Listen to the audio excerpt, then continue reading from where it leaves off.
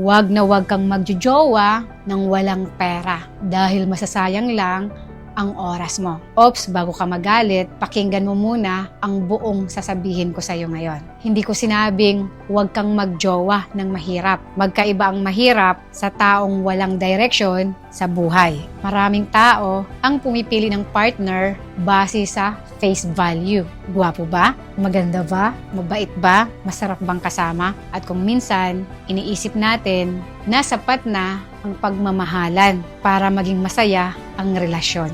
Pero tingnan mo ngayon ang reality. Ilang relasyon ang nasisira dahil sa problema sa pera. Ilang mag-boyfriend o girlfriend ang laging nag-aaway dahil walang budget kapag mag-date. Ilang pangarap ang hindi natutupad dahil iisa lang ang lumalaban habang yung isa kontento na sa kung anong meron siya. Kasi ang problema, maraming tao ang naghahanap ng love.